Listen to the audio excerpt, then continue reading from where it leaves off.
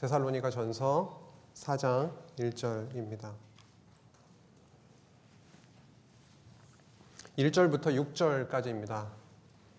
봉독하겠습니다. 그러므로 형제들아, 우리가 끝으로 주 예수 안에서 너희에게 구하고 권면하노니 너희가 마땅히 어떻게 행하며 하나님을 기쁘시게 할 수 있는지를 우리에게 배웠으니 곧 너희가 행하는 바라 더욱 많이 힘쓰라.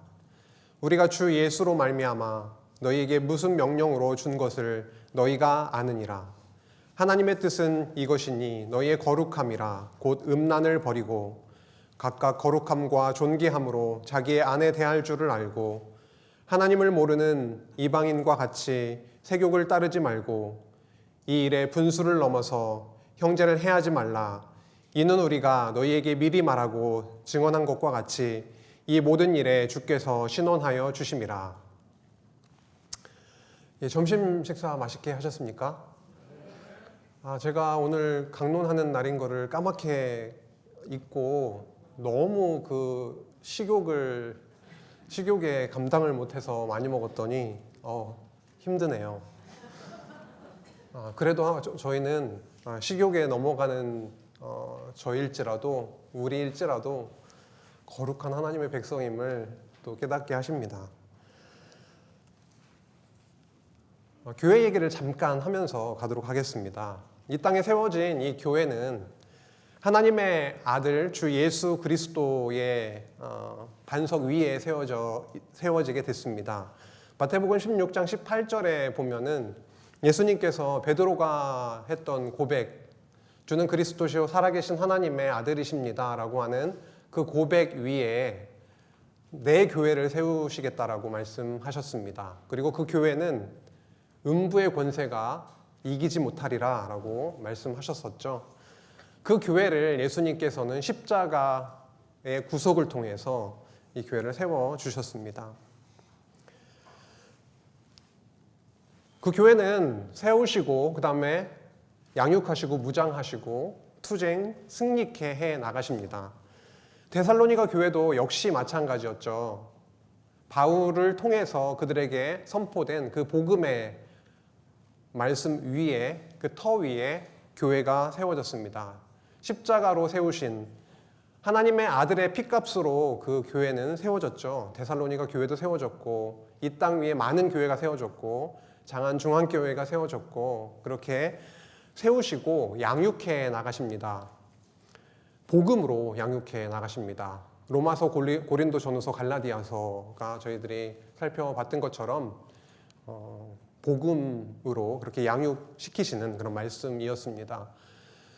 양육과 더불어서 무장시켜 나가시죠. 교회를 무장시켜 나가시고 그 다음에 비진리와 투쟁케 하시고 결국은 최후 승리에 이르게까지 하시는 것입니다. 데살로니가 교회도 데살로니가서는 그 무장의 말씀에 속해 있는데요. 진리로 생활로 체제로 무장시켜 나가시죠. 최근에 저희 수요 강론을 통해서 에베소서 말씀을 목사님을 통해서 잘 배웠습니다. 진리로, 교회의 진리로 무장시켜 나가시는 거죠. 저 영원 전에 세우셨던 그 교회에 대한 그 계획을, 뜻을 이루어 나가십니다. 성부 하나님의 예정과 성자 예수 그리스도의 구속과 성령 하나님의 인치심을 통해서 이 교회를 세우셨습니다. 이 교회의 뿌리는 저 영원부터 시작을 했고 이 땅을 창조하시고 그 이후에 약속하셨던 그 교회를, 하나님의 나라를 이 땅 위에 세워주셨음을 우리로 하여금 찬송케 하시기 위해서 하나님의 살아계심을, 그리고 그분이 어떠한 분이신지를 확증해 주시는 그런 말씀으로 저희들이 에베소서를 공부했습니다.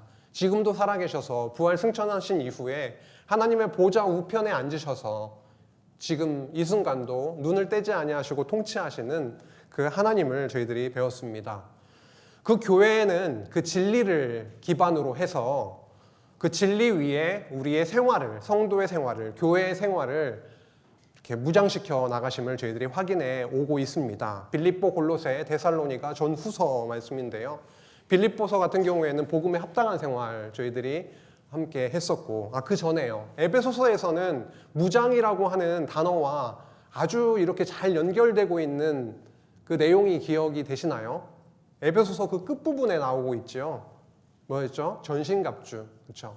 그래서 그렇게 무장시켜 나가시는 말씀이셨고, 그 다음에 빌립보서 같은 경우에도 복음에 합당한 생활, 골로새서 같은 경우에도 굳건한 믿음의 생활, 그리고 데살로니가 전후서, 저희들이 함께 하고 있는 이 데살로니가 전후서의 말씀은 거룩한 성도의 생활을 해나가게 하시는 그런 말씀을 확인해 나가고 있습니다.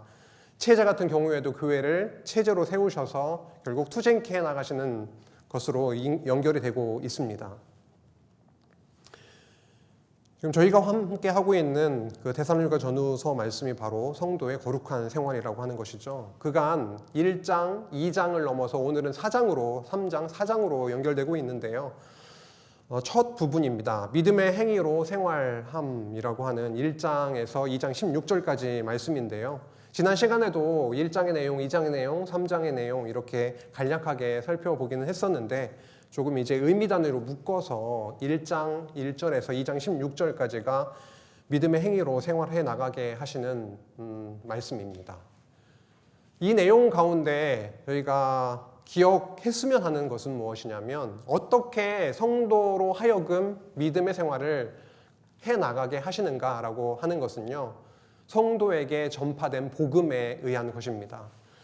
저희들에게 복음이 들려지지 않으면 이러한 믿음의 생활이 있을 수가 없습니다. 오늘 오전 강론을 통해서 제 마음 가운데 새겨진 말씀은 뭐였냐면 깨닫는 마음과 보는 눈, 듣는 귀를 저희들에게 주시지 아니하시면 전혀 복음이 저희들에게 들려질 수도 없고 깨달아질 수도 없습니다. 뚫린 귀가 아닙니다. 다 이게 뚫려 있는 귀를 가지고 있지만 하나님께서 그 귀를 들리게 해주셔야, 영적인 하나님의 복음의 말씀을 들리게 해주실 때에야 그 복음이 우리 안에 우리의 마음을 변혁시키고 바로 믿음의 생활로 연결되는 것이죠.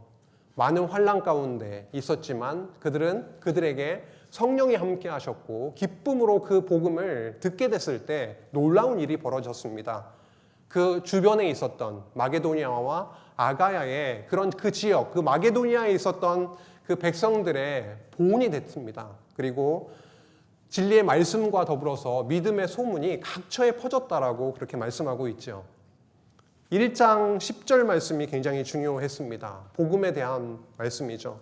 하나님의 아들이 죽으시고 부활하셨다라고 하는 그 복음, 십자가로 이루신 그 복음, 하나님의 나라가 하나님의 아들을 이 땅에 보내셔서 죽이시고 살리시는 방식으로 이루어졌다라고 하는 것, 하늘의 보좌에서 통치하고 계시는 에베소서의 말씀과 더불어서 이제 그분이 다시 오신다라고 하는 것, 오시는 것이 하나님의 나라의 백성들에게 두렵지 않은 이유는 비록 이 땅에서 살면서 순간순간 죄악이 분출하고 하나님 그 율법 앞에 있으면 두려울 수밖에 없는 우리이지만 우리가 두려워하지 않을 수 있는 이유는 1장 10절에서 밝혀주고 있듯이 우리들에게는 노하심에서 건지시는 대제사장 예수 그리스도께서 계시기 때문입니다. 사도 바울과 함께 했던 그 동역자들은 하나님의 복음을 위해서 끊임없이 섬기고 수고하고 애쓰는 모습을 1장에서부터 2장 16절까지 저희들에게 보여주고 있었습니다.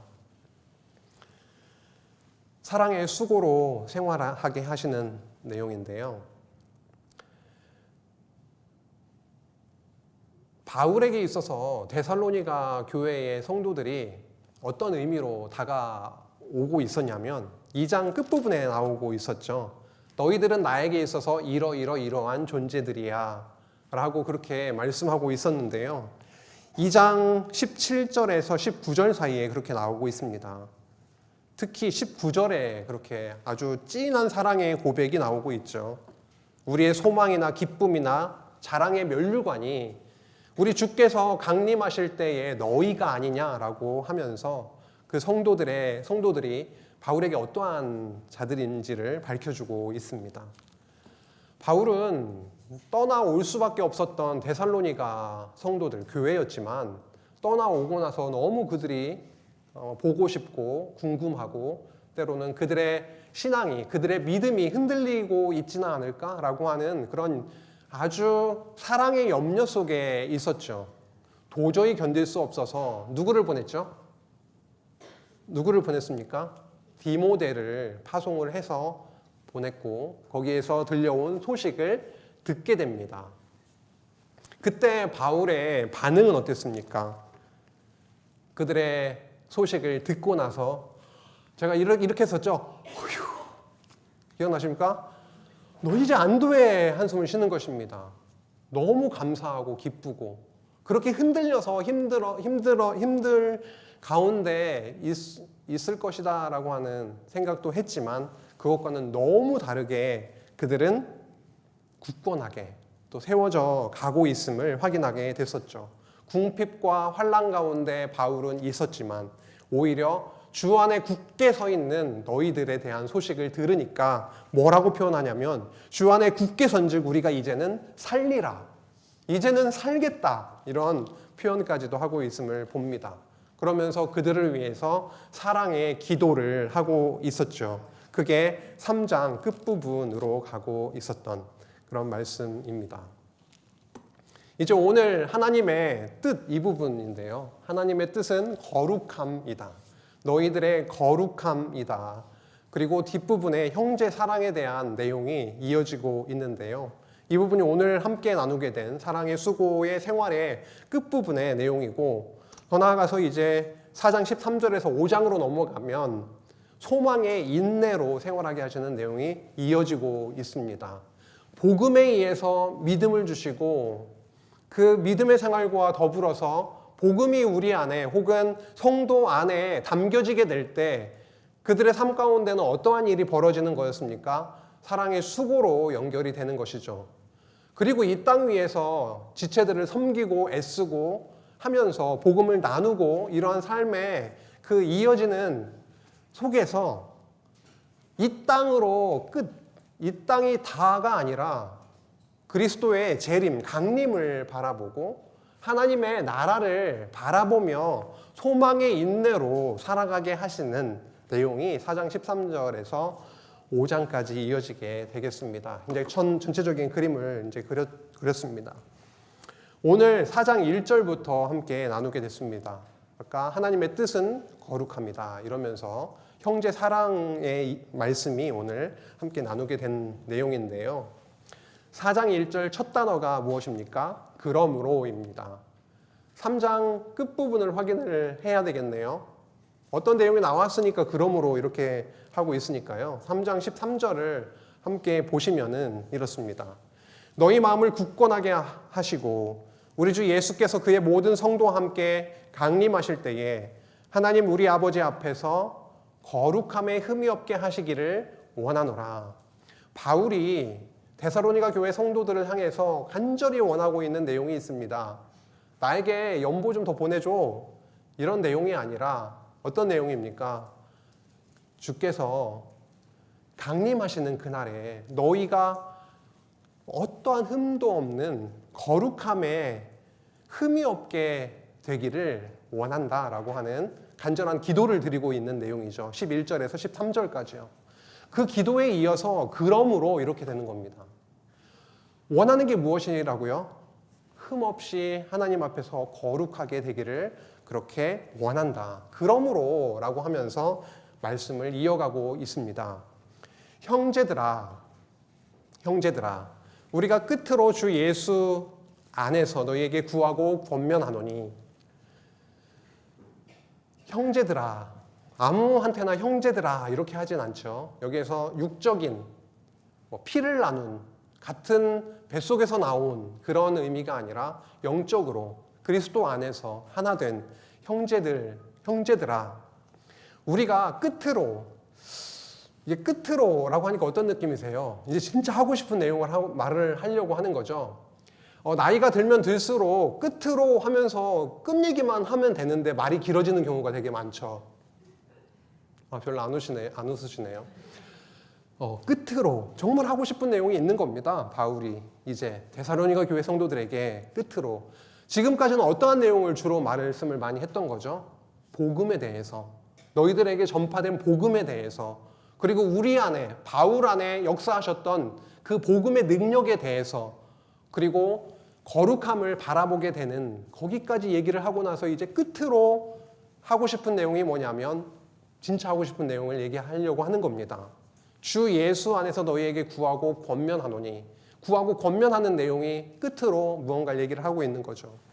그런데 바울은 내가 지금까지 이러이러하게 생활을 해보니까 내가 정말 하고 싶은 내용은 이거야 라고 말씀하고 있지 않습니다.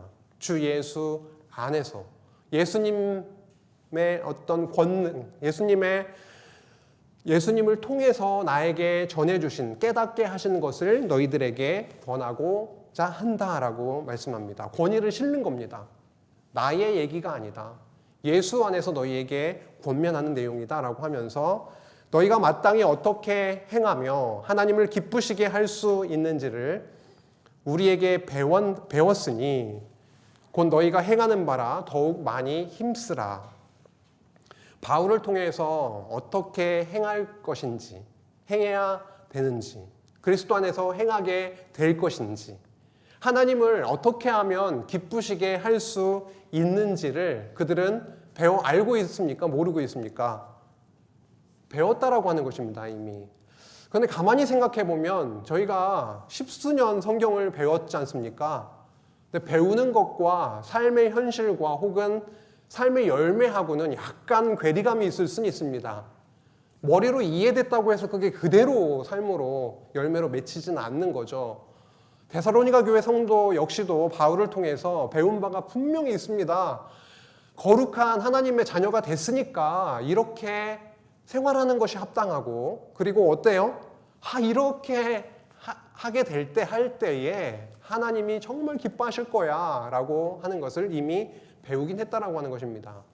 자녀들이 부모님을 기쁘게 하시는 방법을 알 거예요. 그런데 그거랑 좀 동떨어진 일들을 하는 경우도 있는 것처럼 데살로니가 교회 성도 역시도 그렇습니다. 이미 배웠나니 곧 너희가 행하는 바라 더욱 힘쓰라. 어느 정도 행하고 있다라고 하는 것이죠. 뒤로 가면은 그러지 못한 부분도 얘기를 하면서 이제 권면을 하기 시작을 하긴 하죠. 너희가 행하는 바라, 너희가 배워서 어느 정도 행하고 있다, 더욱 많이 힘쓰기를 원한다라고 권면을 합니다. 우리가 주 예수로 말미암아 너희에게 무슨 명령으로 준 것을 너희가 아느니라. 또 나오네요. 아까는 어떻게 나왔었죠? 방금은 주 예수 안에서라고 했고요. 지금은요, 주 예수로 말미암아, 예수를 통해서, 이렇게 나의 명령, 나의 말이 아님을 강조합니다. 예수 그리스도를 통해서, 그리스도 안에서 너희에게 무슨 명령으로 준 것을 너희가 아느니라. 굉장히 강한 어조의 단어를 쓰고 있습니다. 명령이라고 하는 단어입니다. 군대에서 쓰는 명령이라고 하는 단어, 군사 용어라고 그렇게 찾아보니까 나오고 있더라고요. 주 예수께서 바울을 통해서 굉장히 강력하게 권위 있는 말씀을 지금 주었다라고 이렇게 말하고 있음을 알게 됩니다. 가벼운 어떤 한 인간의 얘기가 아니라 예수 그리스도로 말미암아 주셨던 명령의 말씀, 그 복음의 말씀을 얘기하고 있고요. 그러면서 이제 아까 끝으로 그랬습니다. 끝으로 내가 정말 하고 싶은 이야기, 이제 시작이 됩니다. 하나님의 뜻은 이것이니 뭐라고요? 너희의 거룩함이라 곧 음란을 버리고 라고 합니다. 제가 뒷부분까지 이렇게 읽어보게 되잖아요. 그렇죠?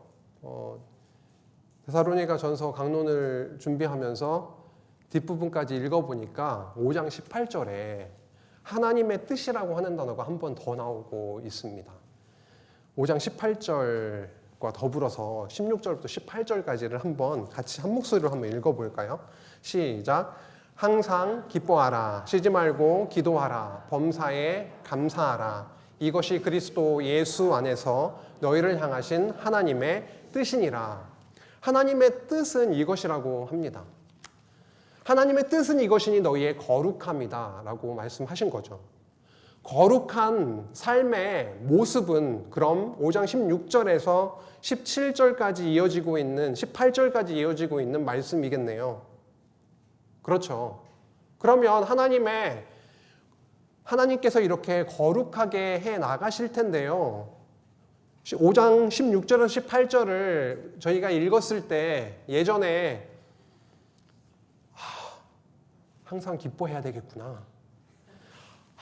오늘부터라도 항상 기도해야지. 쉬지 말고 기도해야 하니까 밥 먹을 때는 어떻게 해야 되나? 화장실에 갈 때는 어떻게 해야 되지? 범사에 감사하라. 아무리 하려고 해도 되지 않더라고요. 이건 뭔가 하나님의 거룩한 백성이 된 건 맞는데, 그리스도 안에서 분명히 하나님의 거룩한 백성이 된 건 맞는데, 나는 거룩한 백성으로서의 삶을 살 수 없는 존재이구나 낙담하고 막 자책하고 막 했던 때가 되게 많이 있습니다. 우리의 힘으로는 도저히 이룰 수 없는 말씀이 너무도 많습니다. 근데 참 감사하게도 참 놀랍게도 이 말씀을 읽고 나서 마음이 이거 어떻게 살아야 되나? 어떻게 하지? 이러한 질문을 갖게 되더라도 조금 읽어내려가면 너가 하는 게 아니야 이렇게 하는 말씀이 이어지고 있더라고요. 5장 23절에 보면 이런 말씀이 나와 있습니다. 평강의 하나님이 친히 너희를 온전히 거룩하게 하시고, 평강의 하나님께서 친히 온전하게 거룩하게 하시겠다라고 하시고, 그 다음에 24절에 보면 너희를 부르시는 이는 미쁘시니 그가 또한 이루시리라. 하나님께서 우리 안에 하나님 예수 그리스도의 영을 보내주셔서 분명히 이루어 가실 삶의 모습임을 저희들 확인하게 됩니다. 하나님의 뜻이 우리 안에 이루어질 것입니다. 우리의 힘으로 이루어내는 것이 아니라 우리는 이룰 수 없는 자들인데 우리 안에 능력으로 임하셔서 분명히 이루어 주실 것이다 라고 약속하고 계심을 보게 됩니다.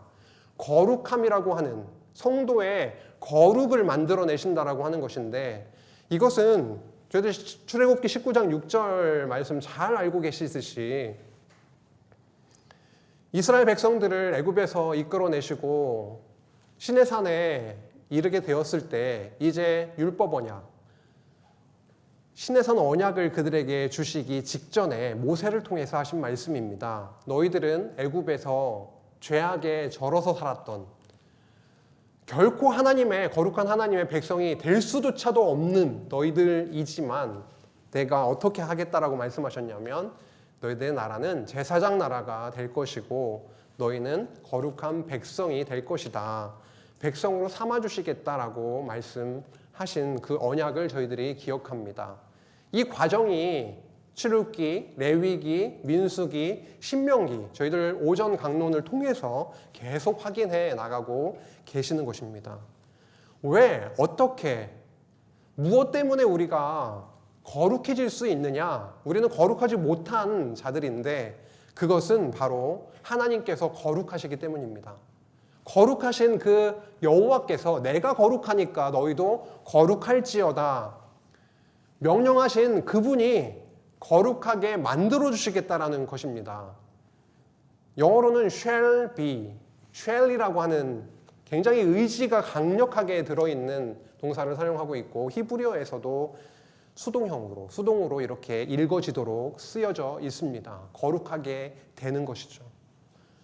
거룩하신 하나님이 거룩하지 못한 자들을 손으로 끌어오셔서 그 안에 두시고 거룩하게 만들어주시겠다. 나의 보배로 소유로 삼으시고 만민 중에서 구별해서 뽑았다, 삼으셨다라고 하십니다. 그래서 구별이라고 하는 단어와 거룩이라고 하는 단어가 레위기서 20장 26절에 나타나고 있죠. 데살로니가 교회 성도들에게 지금 선포되고 있는 이 말씀, 하나님의 뜻이 바로 너희의 거룩함이다라고 하는 것이 구약에서 선포되고 섭리되었던 그 역사 현장에서 저희가 확인했던 그 내용이 그대로 신약의 버전으로 저희들이 읽혀지고 있는 것입니다. 그 나라를 이루시러 오신 예수께서, 하나님의 아들이신 그 예수께서 이 땅에 교회를 세우시고 그 교회의 멤버들, 하나님의 백성을 부르신 그 사건, 거룩한 백성으로 부르신 그 사건을 저희들은 에베소서로부터 계속해서 확인해 가고 있는 것이죠. 음란을 버리라고 합니다. 음란을 버리고. 이것은 1차적으로는 데살로니가 교회 성도 그 교회의 처해 있었던 그 역사적인 현장을 좀 이해하고 떠올려 볼 필요가 있습니다. 그 당대의 생활이라고 하는 것은 아내와의 그런 관계, 굉장히 음란한 그런 아내의 결혼이라고 하는 그 테두리 안에서 뿐만 아니라 그걸 넘어서서 음행이 성행했던 문화 가운데 있었다라고 하는 사실입니다. 성적 타락 가운데 있었고 그들이 이방신을 섬기는 그런 제의 가운데에 필수적으로 아주 그냥 기본으로 속해 있었던 것이 많은 사람들과의 난잡한 성관계였고 그 다음에 제의에서 행해졌던 음행들을 그 당대의 문화를 좀 읽어보거나 찾아보면 나와 있음을 보게 됩니다. 그래서 데살로니가 교회 성도들이 복음을 듣고 감동하고 거룩한 백성으로 삼아졌지만 육신을 입고 사는 그들의 삶의 현장에서는 많은 유혹이 있고 타협이 들어오고 그래서 유혹을 받았던 것을 이 말씀을 통해서 저희들이 예상을 해볼 수가 있습니다. 음란하게 생활하고 있지 않은 그들에게 음란을 버려라 라고 말을 하지는 않을 것이니까요. 그들은 분명히 복음만, 주만, 그리스도만 바라보고 있었던 것이 아니라 배운 그대로, 배운 바대로 살아가고도 있었지만 한편으로는 이렇게 타락 가운데, 음란한 가운데 있었음을 저희들이 확인을 하게 됩니다. 각각 거룩함과 존귀함으로 자기의 아내 대할 줄을 알고 라고 말씀합니다. 아내라고 하는 단어가 나오고 있네요. 아내를 거룩함과 존귀함 가운데 대할 줄 알고 라고 말씀합니다. 거룩함과 존귀함으로 대하지 못하는 모습이 분명히 있을 텐데 뒷부분에 그런 내용이 나오고 있습니다. 세욕이라고 하는 단어도 나오고 있고 바로 전에 나왔던 그렇죠. 단어도 나오고 있었죠. 음란이라고 하는 단어가 또 나오고도 있었죠. 근데 아내라고 하는 단어를 조금 살펴볼 필요가 있겠더라고요. 여기서 단순히 남자와 여자와 남자 결혼의 관계 정도만 이야기를 하고 있는 것인가 라고 했을 때 물음표가 던져집니다. 그렇지는 않은 것으로 보입니다. 많은 영어 성경을 보면은 일단은 아내라고 하는 단어는요 헬라어 스큐오스입니다. 스큐오스는 기본적으로 그릇이라는 뜻이 있죠. 그래서 여러 영어 성경을 보니까 아내라고 번역을 하고 있지 않습니다. 어떤 번역은 ESV나 NIV 많이 보시죠? NET 이런 버전 같은 경우에는 body, 몸이라고 번역을 하고 있고 다른 KJV나 RSV 같은 경우에는 그대로 그릇이라고 번역을 하고 있습니다. 그러면 자기의 그릇, 몸 잘 연결이 다 안 되는 것 같죠? 그런데 좀 용례를 보면 이렇습니다. 사도행전 9장 15절에 보면은요. 가라 이 사울은 내 이름을 이방인과 임금들과 이스라엘 자손들에게 전하기 위하여 택한 나의 그릇이라 라고 말씀하고 있네요. 결국은 하나님께서 택하신 그 사람을 얘기를 하는 거죠. 그릇, 물리적인 이런 그릇을 얘기를 하는 것이 아니라 사람을 얘기를 하고 있는 것이고요. 그 다음에 4장 7절에서도 고린도 후서에서도 우리가 이 보배를 질 그릇에 가졌으니 이는 심히 큰 능력은 하나님께 있고 우리에게 있지 아니함을 알게 하려 함이라. 질그릇과 같이 보잘것없고 깨지기 쉬운 그런 우리들에게 우리 안에 보배를 복음을 담겨주신 그 은혜를 말씀하고 있습니다. 이때에도 그릇 스키오스라고 하는 단어가 쓰이고 있습니다. 하나님의 택하신 백성 이런 뜻이 있겠습니다. 한 가지만 더 보죠. 로마서 9장 21절 24절에 보면 그 토기장이 비유가 나오고 있습니다. 여기에 보면 귀 쓸 그릇이 나오고 천이 쓸 그릇이 나오고 있는데 여기서 그릇도 스키오스입니다. 24절에 보니까 명확하게 나오고 있네요. 그릇의 의미가 이 그릇의 의미는 바로 우리입니다.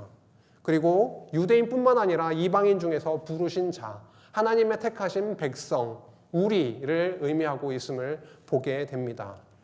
그러면 방금 함께 살폈던 4절의 말씀을 각각 거룩함과 존귀함으로 자기의 아내 대할 줄을 알고, 한글 성경 거의 다 제가 살펴본 번역서에서는 한글 성경은 전부 다 아내로 번역을 하고 있습니다. 전체 흐름상 아내로 번역을 해도 전혀 무리는 없습니다.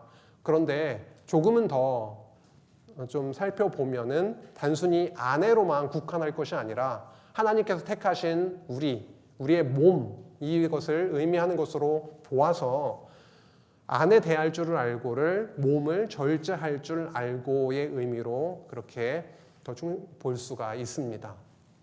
그러면 하나님의 택하신 백성, 거룩하게 하시는 그 백성이 아내뿐만이 아니라 우리의 몸, 이 몸을 절제할 수 있게 됨, 이것이 바로 거룩함에 가까이 나아가게 되는 그런 기림을 보게 됩니다.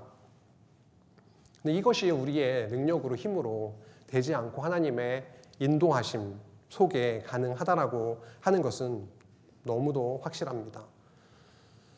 4장 5절에 보면은요, 하나님을 모르는 이방인과 같이 세욕을 따르지 말고 라고 합니다. 하나님을 모르는 이방인들이 따르고 있는 것은 바로 세욕을 따라 사는 것입니다.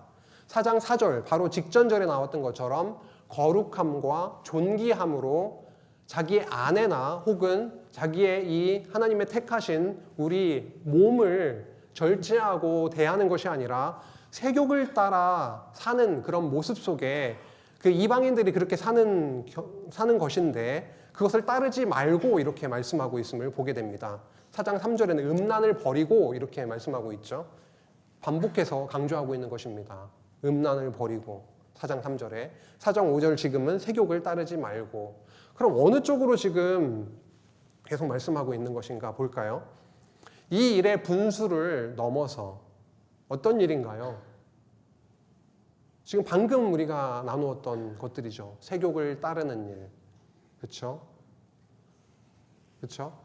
그런 일들에 정해진 하나님께서 말씀하신 그런 경계선들이 있는데 이 일의 분수를 넘게 돼서 형제를 해하지 말라. 이는 우리가 너희에게 미리 말하고 증언한 것과 같이 이 모든 일에 주께서 신원하여 주심이라. 분수를 넘게 됐을 경우에 아내를 거룩함과 존귀함으로 대하지 못하게 됐을 경우에 하나님께서 택하신 우리 이 그릇, 이 몸을 절제하지 못하게 됐을 경우에 결국은 어떤 선을 넘게 되는 경우들이 발생을 하는 거죠. 거기에 너무 도취되거나 그쪽으로 가게 됐을 경우에 자신의 아내의 결혼이라고 하는 하나님께서 주신 배우자의 경계선을 넘어서서 형제의 아내나 남편을 범하게 된다거나 여러 가지 어려움 가운데 있을 수 있게 됩니다.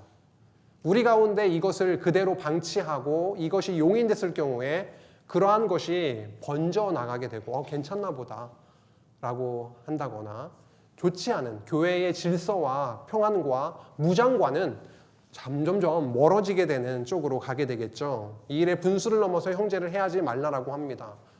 왜냐하면 이 모든 일을 주께서 신원하여 주실 것이기 때문이다.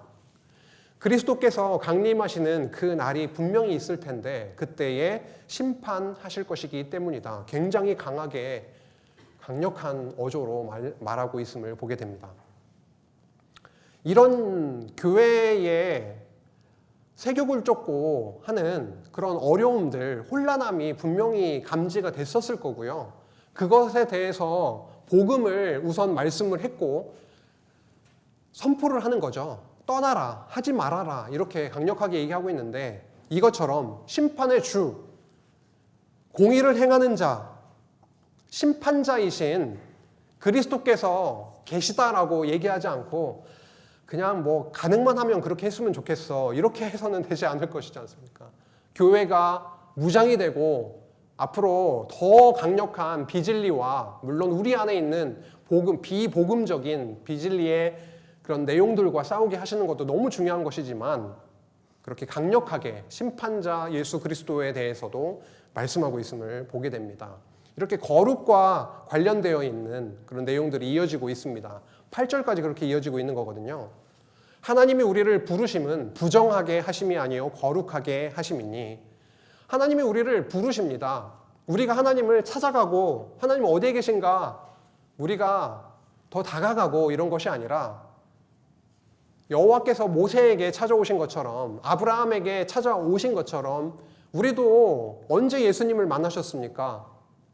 저도 만난 때가 있었을 거고요. 저는 조금 좀 그렇습니다. 저는 언제라고 딱 하기가 애매해요. 모태신앙이라서. 그런데 그렇지 않고 우리 목사님처럼 강력하게 하나님과 예수님과 만나는 그런 시간들이 있으셨을 건데요. 부르심의 그러한 순간, 그 때가 분명히 있는 거잖아요. 그 부르심의 목적이 부정케 하심이 아니다라고 하는 것입니다. 거룩하게 하십니다. 하기아스모스, 거룩하게 하십니다 라고 하는데요. 이 부르심과 관련해서 좀 디모데 후서에서 보면은 거룩하신 소명이라고 합니다. 부르심 자체가, 거룩하신 하나님께서 부르시는 그 사건 자체가 거룩하신 소명이다. 그 부르심은 바로 구원과 관련되어 있음을, 행위와 관련이 없음을 또 말씀하고 있고, 그 다음에 하늘의 부르심에 대해서 히브리서 3장 1절에 말하면서 거룩한 형제들아 라고 또 말씀 이렇게 부르고 있음을 보게 됩니다. 부름을 받은 거룩한 형제들아. 우리는 거룩한 형제들이 된 것이죠. 그리스도 안에서요. 거룩하게 됨은 우리가 이루어 나가는 것이 아니라 5장 24절에서 함께 살펴봤듯이 미쁘신 하나님께서, 우리 주께서 이루어 주실 거다라고 하는 것입니다. 그러므로 저버리는 자는 사람을 저버림이 아니요 너희에게 그의 성령을 주신 하나님을 저버림이라. 이 또한 굉장히 강력한 말씀이죠. 지금까지 선포된, 너희에게 지금 전달되고 있는 이 내용을 싫어 라든지 그냥 그거에 대해서 깊숙이 받아들이지 못하게 되는 그런 경우에는 단순하게 그것은 작은 잘못이 아니라 아주 큰 잘못인 거죠. 성령을 주신 하나님을 저버리게 되는 그런 일이다라고 굉장히 강력하게 선포하고 있음을 저희들이 확인하게 됩니다. 지금까지 전반부 4장 1절에서 8절까지를 함께 살펴봤습니다. 거룩하게 하심이라고 하는, 그 거룩이라고 하는 그 주제에 대해서 함께 나누게 됐는데요. 이 거룩은 성도가 이루어 나가는 것이 아니라 하나님께서 찾아오셔서 이루어 주심이다라고 하는 것, 그리고 그 거룩한 생활을, 구체적으로 구별된 생활을 이러이러한 구체적인 내용을 통해서 그렇게 권면하고 선포하고 있음을 확인하게 됩니다. 데살로니가 교회 내에서 거룩하지 못한, 구별되지 못한 생활이 분명히 있었고, 그거에 대해서 경고하고 또 복음으로 그리스도께로 돌아오게 하시는 그런 말씀임을 확인했고요. 9절로 12절까지는요, 형제 사랑과 관련되어 있는 말씀입니다. 형제 사랑에 관해서는 너희에게 쓸 것이 없음은 너희들 자신이 하나님의 가르치심을 받아 서로 사랑함이라. 형제 사랑은 필라델피아더라고요. 헬라어로. 도시 이름이네요. 필라델피아. 도시 이름인데요. 우정의 도시. 굉장히 좋은 이름이더라고요. 그래서 여기 형제 사랑, 필라델피아인데요. 형제 사랑에 관해서는 너희들에게 쓸 것은 없다라고 할 정도로 그들은 서로 사랑하고 있음을 보게 됩니다. 우리가 1장, 2장 그 앞부분에서 확인했던 것처럼 그들이 복음을 듣고 나서 그들에게 있었던 모습은 뭐냐면 그 주변에 있었던 마게도냐와 아가야 성도들에게 본이 됐고, 그렇죠? 각처에 그들의 믿음의 소문이 퍼졌던 것을 기억을 하게 됩니다. 그것 자체가 이 사랑과 전혀 동떨어져 있는 그런 내용이 아니었을 테고요. 너희가 온 마게도냐 모든 형제에 대하여 과연 이것을 행한다. 형제 사랑을 행하고 있다. 형제들아, 형제, 이것도 굉장히 강조하고 있죠. 사실은 앞서 1장부터 형제들아라고 하는 단어는 계속 나오고 있었던 단어이긴 합니다. 아델포스, 형제라고, 형제들아, 아델포이, 형제들아 이렇게 권하노니 더욱 그렇게 행하라 라고 합니다. 아까 배운 바를 행하고 있는데 더욱 행하라 라고 했던 것처럼 지금 형제 사랑에 대한 것도 너희들이 행하고 있는데 더욱 그렇게 행하라 라고 말씀하고 있음을 보게 됩니다. 마게도냐 지역을 보시면 여기죠. 여기 위쪽인데요. 더 확대하면 마게도냐입니다. 마게도냐, 빌립보, 데살로니가, 베레아. 저희가 지금 데살로니가에 보낸 바울의 서신을 함께 나누고 있는 것이고요. 마게도냐에 있었던 그 주변의 사람들에게 믿음의 본이 되고 그 소문이 각지에 퍼졌다라고 했을 때는 이 마게도냐 지역에 있는 빌립보, 베레아, 뭐 조금 멀게는 아가야에 있는 고린도라든지 아덴 이런 쪽으로 생각을 할 수 있는 거죠. 여기에 복음의 내용, 그 믿음의 소문이 퍼져나가고 있었고 형제 사랑하는 그런 열매도 이 지역 안에서 이어지고 있었다라고 하는 것을 알 수가 있습니다. 또 너희에게 명한 것 같이 조용히 자기 일을 하고 너희 손으로 일하기를 힘쓰라. 갑자기 왜 일을 하라고 하는가? 너희 손으로 일을 하라. 자기 일을 하라. 조용히 힘써서 이렇게 하는 내용이 나오고 있는데요.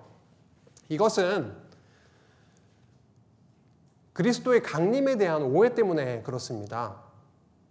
강림에 대한 오해 때문에 그렇습니다.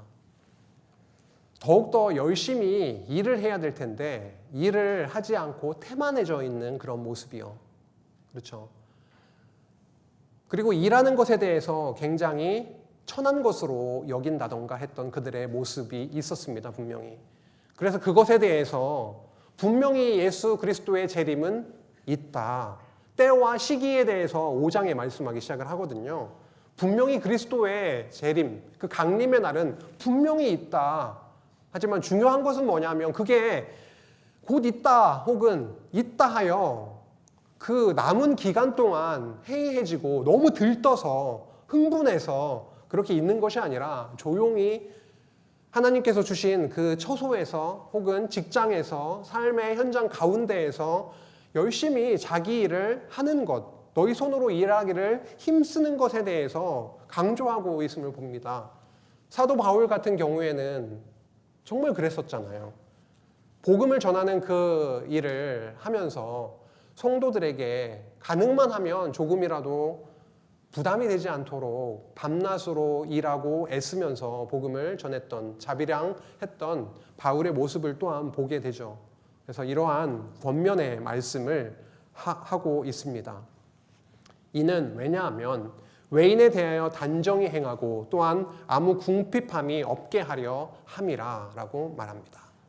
여기서 외인이라고 하는 것은 예수 그리스도를 믿지 않는 비그리스도인을 말하고 있겠죠. 그 다른 비그리스도인들에 대해서 단정히 행하고 본된 생활, 본된 삶에 대한 부분이고 또한 아무 궁핍함이 없게 함이라.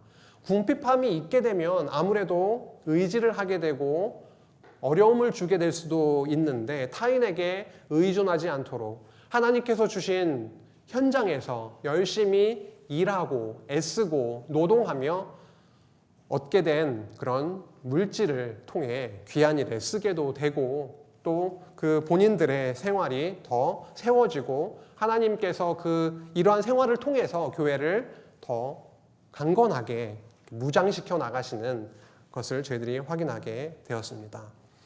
오늘 4장 1절에서 12절 말씀을 함께 나누게 되었는데요. 오늘 말씀을 간단하게 몇 가지 포인트로 좀 정리를 해보자면 하나님이 거룩하신 하나님이 우리는 또 교회이죠.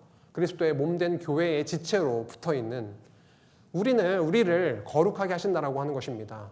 누가요? 거룩하신 하나님이 우리를 거룩하게 하신다라고 하는 사실입니다.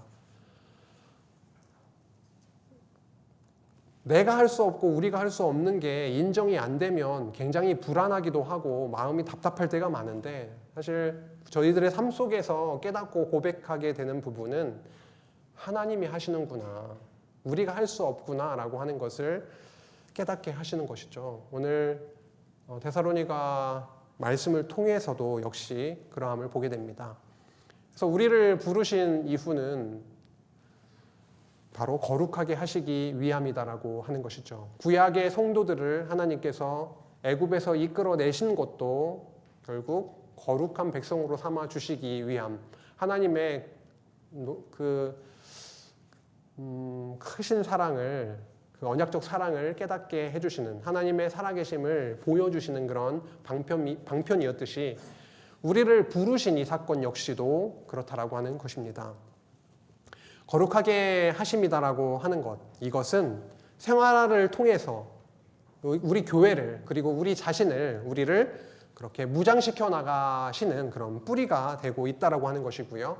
그 다음에 형제 사랑과 힘써서 일하라고 하신 그 말씀, 그 당대의 나태함 속에 있었던 그들의 삶에 대해서 말씀하심은 그 생활 무장을 통한, 무장시켜 나가시는 그런 과정이었음을 저희들이 확인하게 됐습니다. 우리랑 무관하지 않은 말씀임을 또 알게 되죠. 구체적인 우리의 삶에서 이 말씀을 통해 이러이러한 교훈을 받고 이렇게 살아야 됩니다라는 말씀을 드리는 것은 아닙니다. 우리의 삶의 주관자가 분명히 하나님이시고 예수 그리스도의 영께서 우리와 함께 하시며 이루어 가신다라고 하는 그것을 다시 한번 기억하게 되면 좋겠습니다. 맺겠습니다. 거룩하신 하나님께서 백성들을 택하셨죠. 우리 스스로는 거룩해질 수 없는 자들임에 너무도 분명합니다. 구약에서도 그랬고 오늘 말씀 가운데에서도 물론 확인하게 됐습니다. 그리스도 안에서만 거룩하게 하십니다. 그리스도의 십자가 안에서만, 그리스도와 함께 더불어 죽고 살아남을 통해서만 거룩하지 못했던 우리가 거룩하게 되는 것입니다. 성도의 삶의 현장에서 선포된 복음이 그 복음에 따라서 구별된 생활이 되는 것, 구별된 생활로 이어지게 하시는 것, 그쪽으로 인도하시는 것, 그것이 바로 거룩하게 하심의 그런 현장에서의 모습일 텐데요. 이렇게 거룩하게 하심은 바로 구약의 언약하신 그 언약대로 세우신 하나님의 나라인 이 교회, 우리가 속해 있는 우리 이 교회를 무장시키셔서 그리스도의 강림의 날까지 승리에 이르게 하시는 하나님이 정말 살아계심을, 그리고 그분이 어떠한 속성, 5가지 속성이 어떻게 되죠? 전능하시고 신실하시고 주권자 되시고 영원하시고 자비하신 그 하나님이 정말 살아계심을 선포하고 있는, 알려주시는 말씀이 바로 데살로니가 전서 또 이어가면 후서가 되겠습니다. 거룩이라고 하는 중요한 그 주제, 그리스도의 십자가를 통해 이루어 주신 그 거룩하게 하심이 다른 것이 아니라 결국은 하나님의 살아계심을 저희들에게 확증해주고 있는 것이구나라고 하는 것을 다시 한번 확인을 하면서, 그 살아계신 하나님께서 우리를 그 아들의 십자가, 그 십자가의 복음 안에서 거룩한 생활로 이끄심을 소망하시며 하루하루 기도 가운데 살아가게 해주시는 한 주 되기를 간절히 바랍니다. 기도하시겠습니다. 하나님 아버지, 너무도 감사합니다. 저희는 거룩하지 못했던 죄인이었습니다. 허물과 죄로 죽었던 자들이었습니다. 하지만 우리를 부르시고 그리스도 안에서 거룩한 자가 되게 해주심을 너무도 감사합니다. 하지만 육신을 입고 살아가는 우리의 삶의 현장 속에서는 너무도 리얼한 죄악의 모습들이 날마다 순간순간 많이 드러나고 있습니다. 그럴 때마다 자책하고 나는 왜 이러나 라고 하는 그런 모습으로 끝나지 않게 하여 주시고, 그때마다 그리스도의 십자가를 기억하게 하여 주시며 십자가로 이루신 하나님의 나라, 그 안으로 우리를 부르신 그 은혜를 더 깊이 누리고 찬양하며 하루하루 살아가게 되는 하나님의 거룩한 백성으로 주님께서 인도해 주시기를 간절히 바라오며 예수님의 이름으로 기도했습니다. 아멘.